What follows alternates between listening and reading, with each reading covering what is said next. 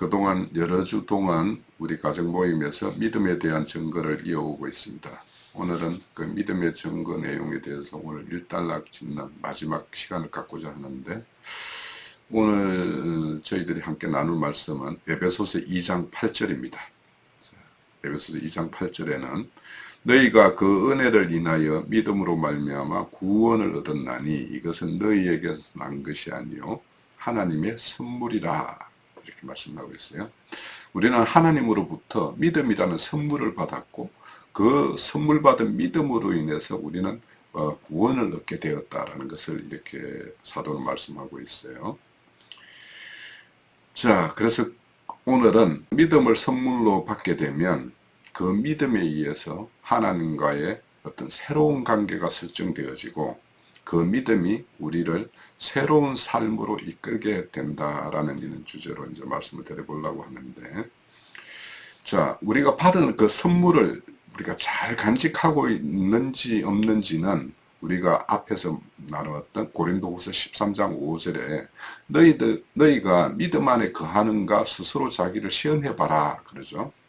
그 시험한 내용은 성령님께서 우리와 함께 하고 있으면 우리가 믿음 안에 거하는 것이고, 우리가 성령님과 함께 하지 못하면 그 믿음을 떠난 자가 되는 것인데, 그래서 우리에게 선물로 오신 그 믿음은 성령님께서 우리에게 분배해 주는 어떤 믿음이다라는 것을 우리가 알 수 있어요.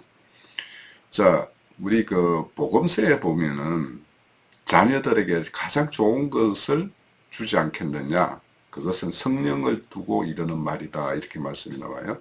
그래서 우리가 하나님으로부터 가장 좋은 선물은 뭐냐면 성령님인데, 그 성령님은 우리 히브리서 내용에 거하면 믿음의 주요 온전케 하시는 이란 말이죠. 그래서 그분이 우리와 함께 있으면 우리가 믿음 안에 있고, 그 믿음이 우리 안에서 원동력을 발휘해서 이렇게 활동을 하는데, 그 활동은 하나님과의 어떤 새로운 관계를 설정하게 되고, 그 믿음이 새로운 삶으로 이끄는 그런 원동력이 된다라는 것이 이제 오늘의 어떤 중심 내용인데요. 자, 우리가 믿음을 선물로 받게 되면 하나님과의 새 언약 관계에 들어가게 돼요. 그래서 그 새 언약 관계에 들어가서 그 새로운 관계가 설정이 되면 우리 성경에는 아버지와 아들의 관계로, 또 신랑과 신부의 관계로, 왕과 신하의 관계로, 또 주인과 종의 관계로 이렇게 관계 설정을 이렇게 설명을 하고 있어요. 자, 우리가 그런 어떤 성경에 말씀하시는 어떤 관계를 설정을 이루는 어떤 시편 기자의 어떤 내용을 한번 살펴보면, 시편 100편 그 1절에서 5절의 내용까지 이렇게 보면, 온 땅이여 여호와께 즐거이 부를지어다, 기쁨으로 여호와를 섬기며 노래하면서 그 앞에 나아갈지어다. 여호와가 우리의 하나님이신 줄 너희가 알지어다. 그는 우리를 지으신 자요 우리는 그의 것이니 그의 백성이요 그의 기르시는 양이다 라고 말씀을 해요. 그 다음에 이 말씀에 의하면 그는 우리를 지으신 자, 즉 창조주 하나님이시고, 그는 우리는 그의 것, 그의 소유된 자인데 그의 백성이고 그가 기르는 양이다. 그러면 그분은 우리의 왕이면서 우리를 기르는 목자이시기도 하다라고 이제 말씀을 하고 있어요. 그러면 우리는 그분의 어떤 백성으로서, 기르는 양으로서 그분의 보호 울타리 가운데 이렇게 거하게 되면 우리는 그분에 의해서 어떤 지킴을 받고 하는 것인데, 그분을 떠나게 되면 그분의 어떤 보호와 지킴으로부터 지킴을 받지 못하는 그런 상태가 되겠죠.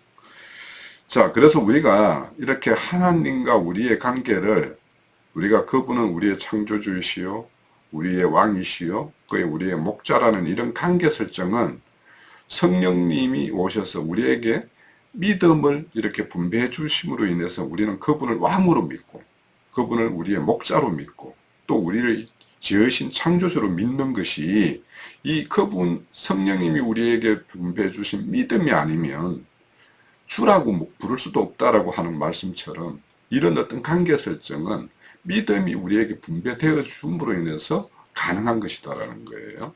그래서 우리가 하나님과 이런 관계가 정확히 이렇게 설정이 되려면 그분에 대해서 우리가 알아야 돼요. 그래서 그분에 대해서 우리가 알면 알수록 그분이 우리에게 주시는 평안과 안식 가운데 우리는 거할 수가 있어요. 그 대표자로 우리 바울 사도를 예를 들면 그분은 로마 이렇게 감옥에 갇힌 자가 되었을 때 그런 갇힌 자, 육으로는 갇힌 자가 되어 있지만 그분의 어떤 심령은 너무도 기쁨 가운데 하는 어떤 그런 내용으로 이렇게 각 교회에 보내는 서신에는 밝히고 있어요. 자, 육으로는 그렇게 갇혀 있지만 그 사도가 누리는 어떤 심령 가운데 평안과 이런 기쁨은 무엇으로부터 이렇게 주어지는 것일까? 자, 우리는 하나님에 대해서 알고 우리 자신에 대해서 알고 이렇게 알므로 인해서 이런 우리 주변 환경과 여건 이런 걸로부터 그런 거에 의해서 우리의 어떤 기쁨과 즐거움이 좌지우지 되지 않고 우리 그분께서 우리 새로운 언약 관계로 인해서 우리에게 보장되어 있는 이 언약 관계를 깨지만 않는다라면 그분께서 영원히 보장해 주실 거라는 그 보장 내용을 생각하면 우리가 현상에서 벌어지는 어떤 크고 작은 일 그런 일에 일이 일비하지 않고 우리가 늘 어떤 기쁜 마음 그런 것을 이제 가질 수가 있죠. 그래서 우리 말씀에 보면 항상 기뻐하라고 이야기해요. 어떻게 항상 기뻐할 수 있을까? 그거는 우리가 어떤 육신이나 눈에 보이는 어떤 그 물질적인 거 이런 거에 어떤 걸로부터 어떤 영향을 받지 않는 그런 어떤 심령의 어떤 상태가 되어 있다면 우리는 기뻐할 수 있어요. 우리에게 영원히 보장되어 있는 내용들을 생각해 보세요. 이거는 우리가 그 보장된 내용을 어떤 감각으로 그것을 온전히 누린다면 정말 이 기절하고 자빠질 일이에요, 사실은. 이 우주 만물을 창조하신 그분이 우리 아버지이고 그분이 우리의 주인이고 우리를 지켜주시고 우리의 보호자이신 그분이심을 우리가 진정 믿는다면 이 세상에 뭐 이런 어떤 하나하나의 어떤 그 일상들의 일들 이것들이 우리를 어떻게 속박할 수 있겠어요. 그래서 우리가 믿는다라고 하지만 그 큰 내용 그분께서 우리에게 약속하신 그 내용을 완전히 이렇게 감지하지를 못해서 그렇지. 그 내용을 그대로 감지하고 산다라면 우리 살 수 있을까요? 그래서 그만큼 어마어마한 내용을 우리에게 이렇게 약속으로 주셨기 때문에 우리는 그 약속에 대한 내용을 더 마음에 품고 있으면 세상 살아가면서 크고 작은 어떤 문제들의 앞에서도 우리가 좀 더 담대해질 수도 있고 당당할 수도 있고 그런 문제에 대해서 좀 이렇게 초월할 수도 있고 할 수 있을 거예요. 그래서 우리가 약속의 관계에 의해서 주어지는 이 내용들을 우리가 잘 이렇게 마음에 담고 있으면 우리가 믿음의 선진들이 이 세상으로부터 세상이 감당할 수 없는 어떤 무리가 나타났다라고 하는 어떤 그런 말씀에 우리가 속한 자가 될 거예요. 자, 이처럼 믿음에 의해서 우리는 하나님과의 어떤 새로운 관계가 설정되어지고 그 설정된 관계에 의해서 새로운 어떤 삶을 살게 되는데 그래서 우리가 앞서서 말씀 나눴듯이 아버지와 아들의 관계, 신랑과 신부의 관계 이렇게 삶을 살아요.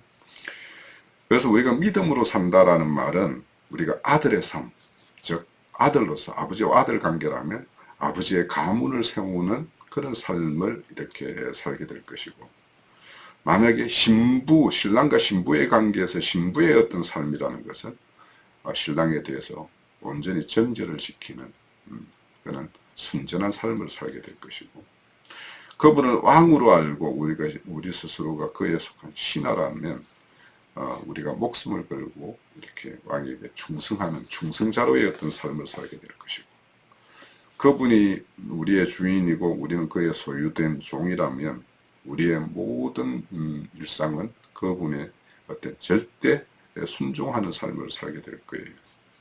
그래서 이렇게 믿음에 의해서 새로운 언약 관계에 들어가면 그 언약의 관계는 그분이 우리에게 주신 그 믿음에 의해서 우리는 그 현상을 유지하고 되고, 하나님은 그 언약을 하나님의 맹세로서 성취시키실 거예요.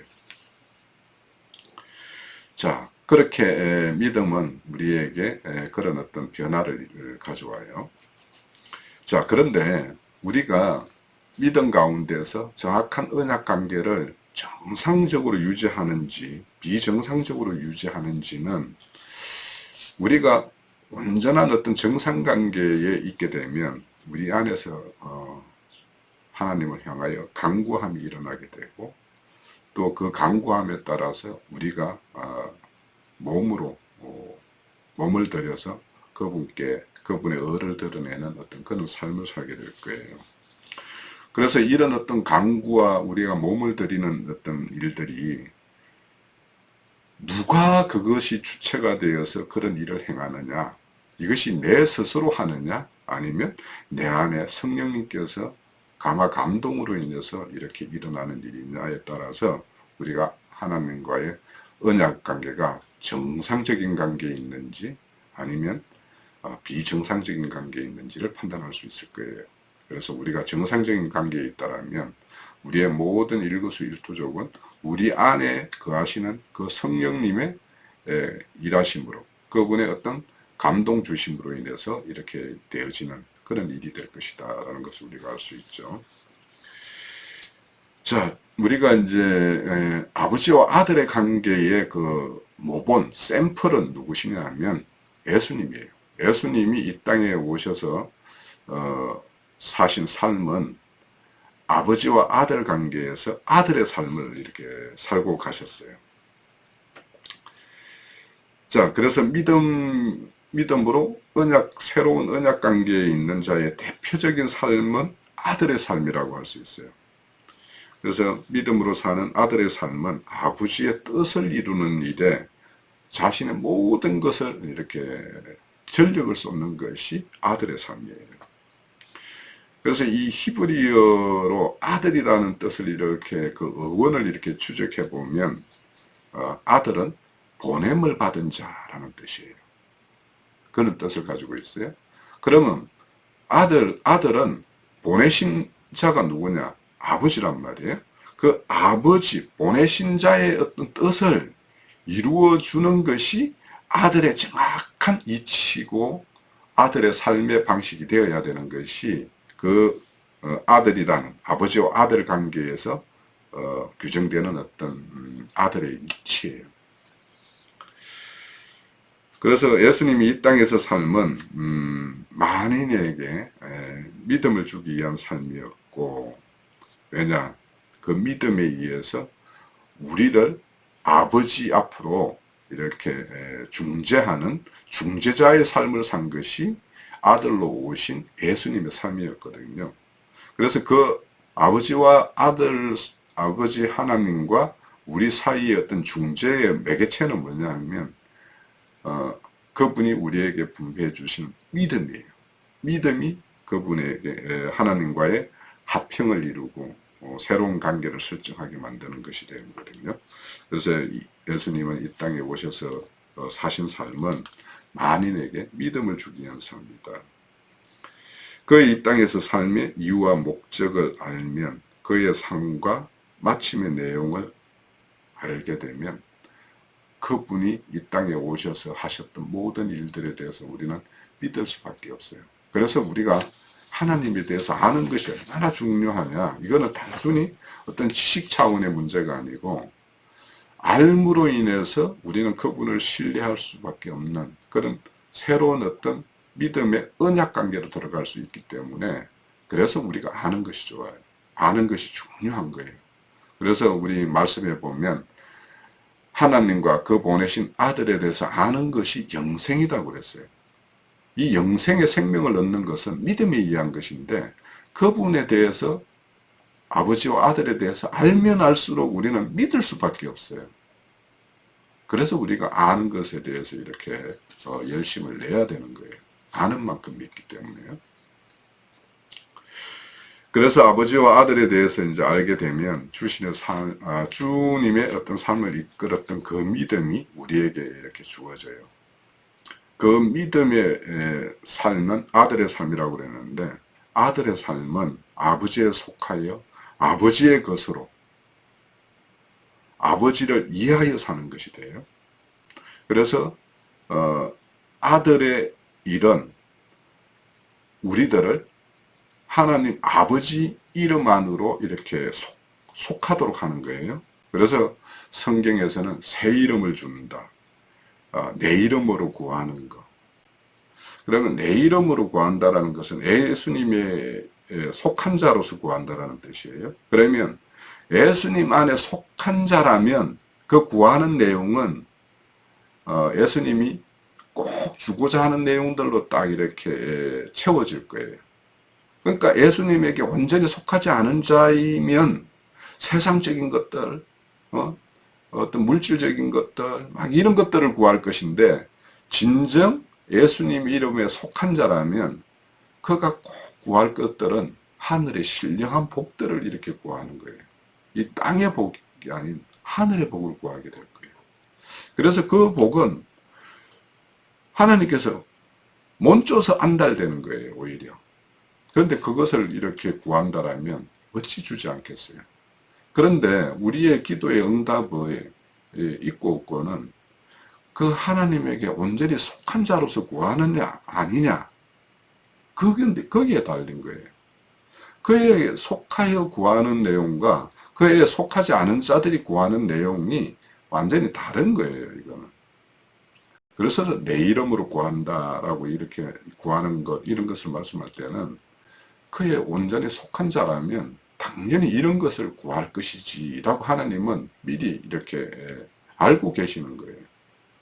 그러니까 우리가 뭘 구하는가는 그 내용을 보면 이 사람이 온전히 예수에 속한 자인지, 아니면 여전히 땅과 하늘의 것에 이렇게 양다리 걸치고 있는지, 아니면 이름은 믿는다고 하지만 온전히 땅에 속한 자인지, 이런 것을 우리가 알 수가 있어요. 그래서 예수님이 어떤 분이신지 알지 못하면서 그에게 속한 자라는 것은 어불성설인 거예요. 아버지와 아들로서 그 아버지를 아는 것, 또 신부로서 신랑을 아는 것, 이 정도의 어떤 관계성이 가졌을 때, 그때 나 신랑에 대해서, 아버지에 대해서 이런 분이세요 라고 말할 수 있는 거, 이런 정도가 되어야지 안다라고 하는 것인데, 우리가 하나님과 아버지 하나님과 그 보내신 아들에 대해서 아는 내용을 TV 드라마에 등장하는 그 어떤 배우를 아는, 그 역할을 맡는 그런 어떤 사람들을 아는, 이런 정도를 알면서 그 사람 나 하나님에 대해서 알아요, 그 아들에 대해서 알아요, 이렇게 해야 말합니다.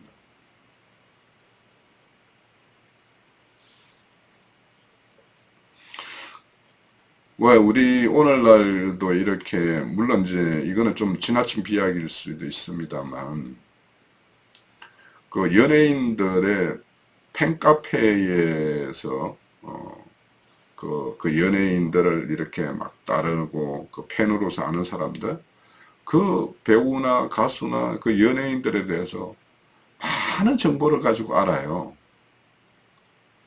그렇지만 그 배우의 어떤 각자 그 개인의 어떤 공간에서나 막 이런 데서 일어나는 일들, 그분의 어떤 세세한 내용들, 이런 내용에 대해서는 우리가 알 수가 없잖아요. 그분의 어떤 인격이나 어떤 성향이나 이런 것을 그 친구가 아는 것처럼 아는 것이 아니잖아요. 아무리 그 팬이라고 하더라도. 그런데 주님은 우리를 이제 종이라고 하지 않고 친구라 하겠다, 이런 말도 나오고, 그러면 그 정도, 어떤 친구 정도가 될 정도가 됐을 때, 그래서 난 그분에 대해서 어느 정도는 알지라고 할 때 그 좀 안다고 할 수 있는데 그냥 열렬한 팬이 아는 정도로 아는 점 가지고 그에 대해서 안다라고 할 수는 없는 거라는 거예요. 자, 그래서 성경에서 이 안다라는 말이 히브리어는 야다라는 말을 쓰고 헬라어에서는 에이도라는 이런 말을 써요. 그러면 이 말의 의미는 신랑과 신부가 아무런 어떤 거리낌도 없이 어떤 비밀도 없이 함께 잠자리를 같이 할 정도의 어떤 그런 어떤 관계성을 가지는 그런 것이 되었을 때 안다라는 말을 쓰는 단어가 이 야다와 에이도예요. 그래서 우리가 하나님에 대해서 아는 것이 영생이라고 할 때 그 영생을 취한 자의 어떤 알미라는 것은 그냥 우리가 일상적으로 어떤 사람 알고 지내는 어떤 그런 정도로 아는 것이 아니라는 거예요. 이거는 어떤 생명적 관계의 어떤 결탁을 맺고 서로 알아가는 그런 관계 설정에 들어가 있을 때 그때 우리가 안다라고 할 수 있다라는 거죠. 자, 우리는 현재도 하나님에 대해서 온전히 알지를 못해요. 우리는 하나님에 대해서 아는 것이 어째 보면 부분이에요. 그래서 우리가 예수님의 12제자를 이렇게 베드로의 보고 개발하고 했죠. 그거는 이제 반석이라 떴는데 그거는 그 반석의 어떤 부분 한 부분이에요. 그래서 12제자들의 어떤 반석이 이렇게 모여졌을 때 그것이 하나의 어떤 반석으로 완성이 되는 것과 같이 우리 각자가 아는 것들은 굉장히 부분이라는 거예요. 그래서 우리가 교회를 이루는 모든 사람들이 성경에 대해서 다 안다라고 한다면 그거는 굉장히 큰 착오에 빠져 있는 것이고 우리는 온전을 추구하고 이렇게 나아가는 것을 이렇게 추구할 뿐이지 내가 아는 것이 그분에 대해서 전부다라고 이야기한다면 그 사람이 그러면 신이죠. 그렇지만 우리가 아는 만큼 믿게 되고 아는 만큼 그분에 대해서 온전한 어떤 헌신의 삶을 살 수가 있어요. 그래서 우리는 육신의 몸을 벗는 순간까지 이 땅에서는 우리는 그분의 어떤 명분을 받았을 뿐이에요. 그래서 명분을 받은 그 삶을 살아가는 것인데 이 생을 마쳤을 때 우리는 그리스도 심판대 앞에 서서 이기는 자들로 이렇게 판단이 되어졌을 때 우리는 아들의 생명계대로 들어가고 그 이기는 자에서 이기는 자에서 제외된 믿는 자라면 계시록 21장에 보면 백성으로 분류돼요. 그래서 아들로 분류될 자와 백성으로 분류될 자가 정확하게 그리스도 심판 때 금갈대 청량에 의해서 이렇게 나눠질 것이다라는 것을 우리는 알고 신앙을 해야 돼요. 우리 믿음 생활에서 어떤 바램과 소망을 가지고 이제 사는데 우리가 이 소망과 바램이 성경에 근거하지 않고 세상이 바라는 그런 유토피아적인 어떤 그런 천국관을 가지면 이거는 엄청난 착오, 오해한 상황에서 믿음 생활을 시작하는 거예요. 하나님 나라는 공평과 정의의 나라예요. 그래서 거기에는 정확한 잣대와 저울을 가지고 정확하게 측량해서 각자가 이 생에서 이룬 구원만큼 하나님의 어떤 상을 받거나 벌을 받을 수도 있어요.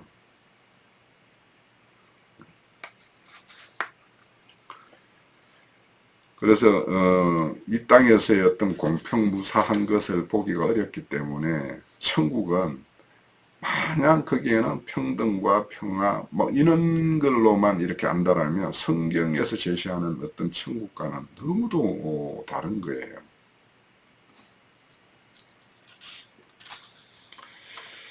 자, 우리가 소망하는 하나님의 나라는 정확한 판단에 의해서 각자가 이룬 만큼 그런 하나님의 어떤 분배를 받고 누리는 삶을 살게 될 것이다 라는 것을 우리는 알고 신앙을 해야 돼요.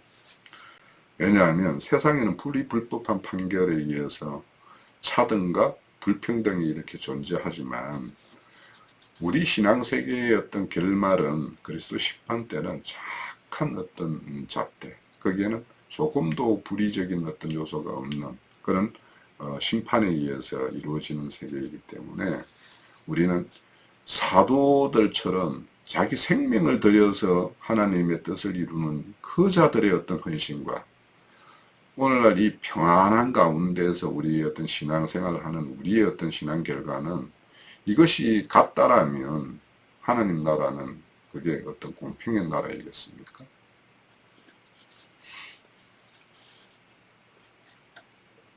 자, 믿음은 아버지의 것을 위하여 자기 생명을 던지는 아들의 삶을 살게 되는데 그 대표적인 예를 한번 들으면 그 사무엘상 17장에 보면 다윗의 경우에 아버지의 양을 치는 동안에 그 들짐승들이 아버지의 양을 위하여 이렇게 치하여 물고 갈고 그것을 삼키고자 할 때 다윗은 공과 사자의 어떤 입을 쳐서 그에 물려가는 양들을 다시 이렇게 되찾는 어떤 그런 모습을 보이고 있어요. 그래서 그런 어떤 걸로 훈련된 다윗이기 때문에 블레셋 군장 골리앗이 하나님의 이름을 이렇게 욕되게 할 때 담대하게 하나님을 믿고 공과 사자의 입을 쳐서 빼앗겼던 양을 찾아오는 그 어떤 담력으로 골리앗 나가서 그 거대한 거구를 하나님의 이름으로 던진 물매로 그걸 쓰러뜨리는 어떤 그런 다윗의 모습을 보여요. 자, 이런 다윗의 모습이 그 아버지의 양을 지키기 위해서 자신의 모든 것을 던지는 삶이었어요. 그러면 오늘날도 아버지의 그 양들을 취하여 자신의 배를 채우는 어떤 도구로 삼는 자들이 있어요. 그럼 그들은 하나님의 양을 삼키고자 하는 자예요. 그럼 그들에 대해서 우리는 어떻게 해야 되느냐? 그들은 거짓된 증거의 입을 통해서 그들을 삼키거든요. 그러면 그들의 입을 다물게 만들어야 되는 거죠. 그런 일을 해야지 우리가 아버지와 아들의 관계 가운데서 아들의 삶을 사는 거예요. 또 주님의 어떤 신부된 이런 우리 성도들을 자신의 신부로 삼는 자, 또 교인 하나를 얻으면 배나 지옥 자식을 만드는 자들, 이런 거짓 증거에 의해서 가련한 인생들이 이렇게 삼킴을 당하는 이런 것들을 볼 때 우리는 어분을 느껴야 되고 그 삼킴을 당하는 자들을 위해서 나의 모든 것을 이렇게 던져서 그들을 구하는 이런 일을 할 때 아들의 삶이라고 할 수 있어요. 그것의 샘플이 앞서서 말씀드렸던 다윗의 모습에서 그 온전한 아들의 삶의 모습을 우리는 발견할 수가 있습니다. 자, 이처럼 믿음이 역사에서 그 사람 안에서 활동력을 이렇게 발휘하게 되면 소년 다윗이 사자와 고음으로 상징된 거짓 증거자 입을 쳐서 그 입을 다물게 했듯이 그런 일을 행할 수 있고, 또 우리 사사기에 보면 기드온 사사가 있는데 기드온 경우에는 미디안 족속들이 무서워서 포도를 밟는 어떤 지하에서 이렇게 곡식을 이렇게 탈고 가는 그런 일을 했던 자예요. 그러니까 아주 그 소시민이죠. 물론 이제 미디안 족속들이 이렇게 추수를 해놔놓으면 그들이 약탈을 해가기 때문에 그런 어떤 추수의 장면을 보이지 않기 위해서 이제 그렇게 한 것도 있지만, 이 기드온 사사가 하나님의 부름을 받았을 때 하나님을 이렇게 양털을 가지고 두 번이나 시험을 하죠. 이 양털만 적게 하고 땅은 젖지 않게 해주세요. 이런 말을 했고, 땅은 젖되 양털은 젖지 않게 해주세요. 뭐 반대로 막 이렇게 시험을 두 번이나 하고 나서 하나님이 그에 대한 응답을 이렇게 하심으로 인해서 이렇게 기도원이 하나님의 뜻임을 이렇게 재차 확인을 하고 이렇게 사사로서의 어떤 일을 이렇게 행하죠. 그래서 오랜 동안 이스라엘을 이렇게 약탈하고 곤란하게 만들었던 그 미디안 족속들을 물리치는 그런 어떤 큰 역사를 이룹니다. 자, 이처럼 아주 약하디 약한 사람 기도원을 이렇게 불러서 그런 큰 대업을 이루게 하는 것이 하나님이에요. 그러면 그렇게 만든 것이 누구냐? 하나님이 그에게 무한한 신뢰할 수밖에 없는 그런 어떤 사건들을 이렇게 직접 체험하게 함으로 인해서 그 기도원에게 믿음을 이렇게 불어넣어 주어서 그 믿음에 따라서 이렇게 행하게 한 그런 역사이죠. 그래서 성경에 보면 믿음의 거목들이라고 이렇게 등장하는 인물들을 보면 일반 우리와 같이 뭐 우리의 어떤 성정과 별반 다르지 않는 그런 성정들을 가진 사람들을 불러서 그렇게 하나님의 어떤 일들을 이렇게 수행하는 모습을 많이 볼 수가 있어요. 자, 왜 하나님은 이렇게 약하디 약하고 천하디 천한 그리고 가난하고 학문 없는 자들 이런 제자들을 주님의 경우도 그런 사람들을 불러서 이렇게 주님의 제자들로 이렇게 삼고 주님의 어떤 일을 수행하는 그런 사자들로 이렇게 하느냐 하면은 하나님은 하나님께서 이루시는 어떤 영광을 누구에게도 빼앗기지 않는 분이 하나님이세요. 그러니까 덕망 있는 자, 뭐 큰 자들을 불러서 이렇게 일을 이루면 그 자들이 자고할 거 아니에요. 마치 자기가 그 일을 자기의 능력으로 한 것처럼. 그래서 그렇게 되면 하나님이 영광을 그가 취하여 가는 거잖아요. 그러면 하나님은 반드시 하나님께서 하신 일에 대해서 영광을 취해 가는 것에 대해서는 그 자에게 응분의 보응을 하시는데 결국에는 그런 자들은 스스로 자기 자신을 이렇게 자고함으로 인해서 나타나는 모습이 다윗과 대조되는 사울의 모습이에요. 사울은 처음부터 건장하고 모든 사람들 가운데서 준수한 자로서 뛰어난 자로서 일반 백성들이 사울에게 기름 붓고 그를 왕으로 세웠을 때 모든 사람들이 와, 왕이 될 만한 인물이다 이렇게 생각하는 자였어요. 그렇게 사울이 처음에는 하나님의 부름에 대해서 그렇게 순응하는 삶을 살다가 나중에는 자기의 어떤 왕권에 집착하는 그런 어떤 삶으로 전락해져. 그래서 결국에는 다윗과 아주 대조적으로 자기 인위적으로 자기의 왕권을 이렇게 지키고 유지하려고 하는 그런 사울의 모습을 보면서 하나님이 떠난 자의 어떤 모습과 하나님이 함께하는 다윗의 모습을 이렇게 우리가 대조적으로 이렇게 볼 수 있죠. 그래서 성경은 항상 그런 어떤 대조적인 어떤 인물을 등장시켜서 하나님의 뜻이 누구와 함께 하는가를 이렇게 보여줘요. 다윗을 기름 부을 때도 그 여러 형제들, 엘리압이라는 맏형이 준수한 내용물을 가져서 사무엘이 기름 부으려고 그럴 때 하나님은 나는 외모를 보는 것이 아니라 그 사람의 어떤 중심을 본다 하면서 최종적으로는 다윗이 기름을 부음을 받잖아요. 그런데 그 이후에 다윗의 어떤 모습을 보면 역시 하나님은 그 중심을 보시는 하나님이심을 우리가 다윗이 행하는 것에서 볼 수가 있죠.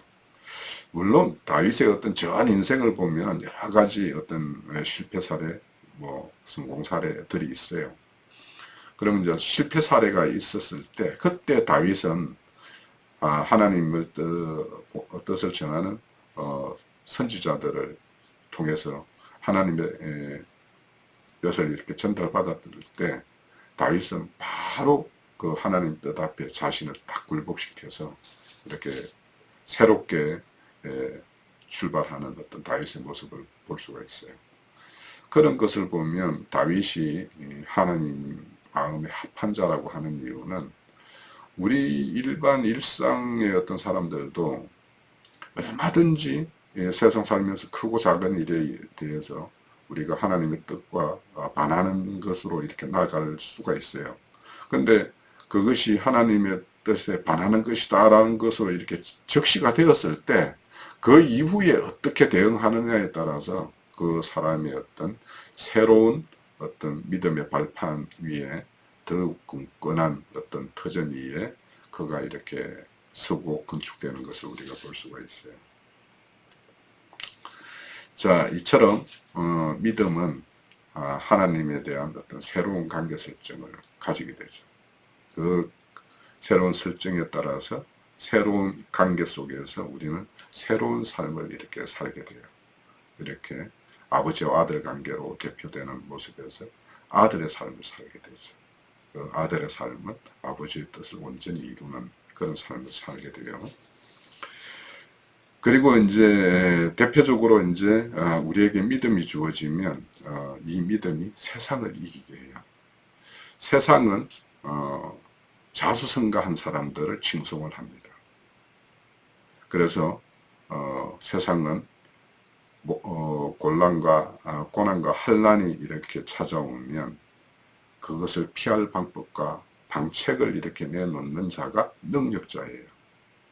그러나 믿음은 자신 앞에 놓여 있는 길을 새롭게 스스로 개척하는 자가 아니고, 그러니까 즉 새 길을 만드는 자가 아니고 인도하는 자, 즉 주님이 먼저 앞서 간 그 길을 따라 묵묵히 가는 거예요. 그래서 믿음으로 행하는 길에는 불확실성이 얼마든지 있을 수 있어요. 그러나 그것에 대해서 두려워하지는 않아요.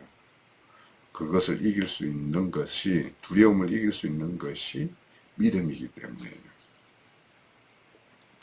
자, 그래서 믿음의 사람은 이 세상과 반하는 세상의 시류와 역류에서 살아가는 사람들이라고 할 수 있는데, 세상 사람들은 세상이라는 바다에 빠져서 허우적거리면서 살아요.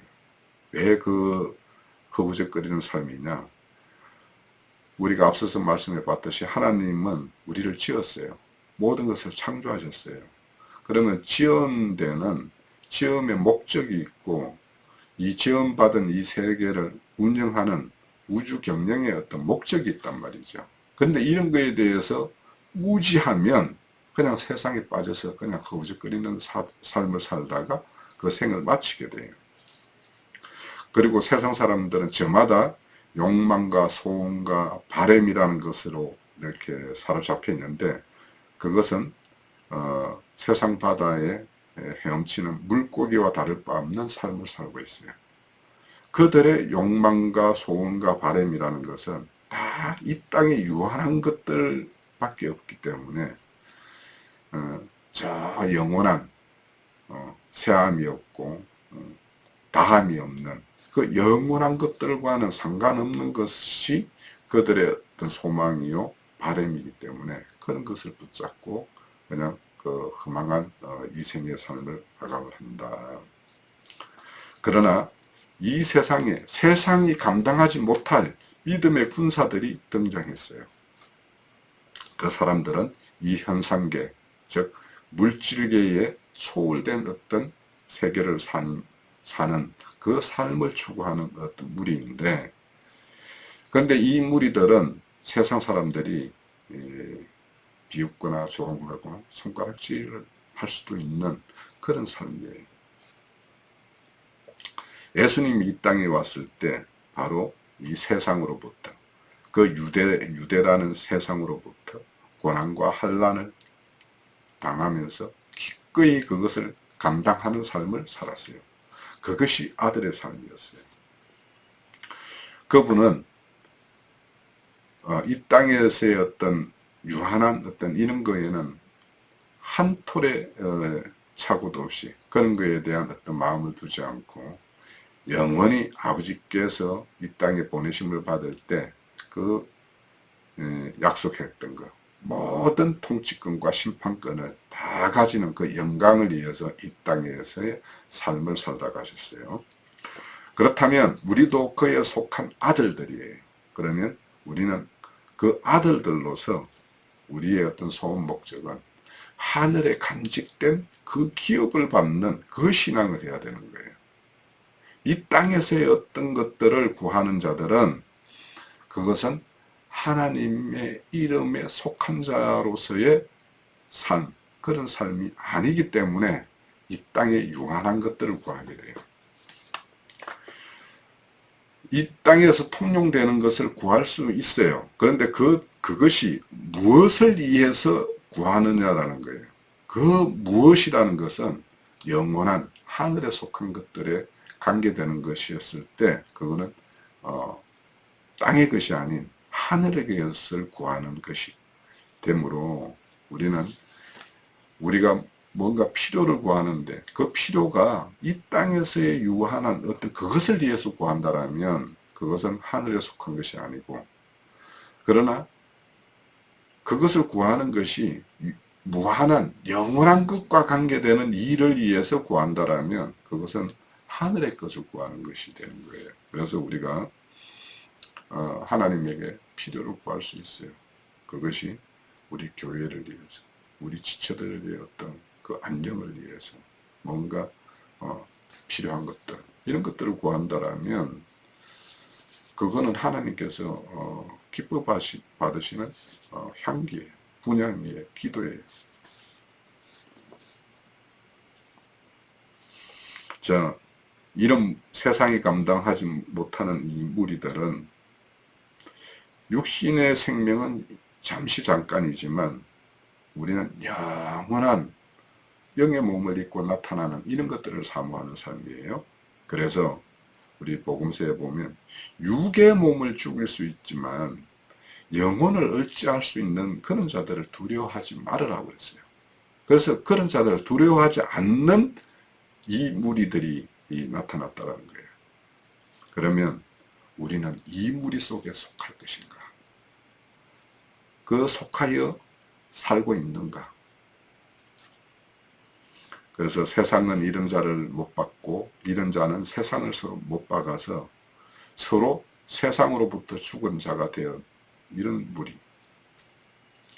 자, 이런 무리들이 우리 믿음의 선진들이었고 이들이 아들의 삶을 살았던 자들이에요. 자, 우리에게는 이런 믿음의 선진들이 갔던 그 길, 그들의 삶, 그 흔적들을 우리는 말씀 가운데서 발견할 수 있어요. 이 길은 우리에게도 요구되는 길이고 반드시 우리는 그 길을 가야 되는 거예요.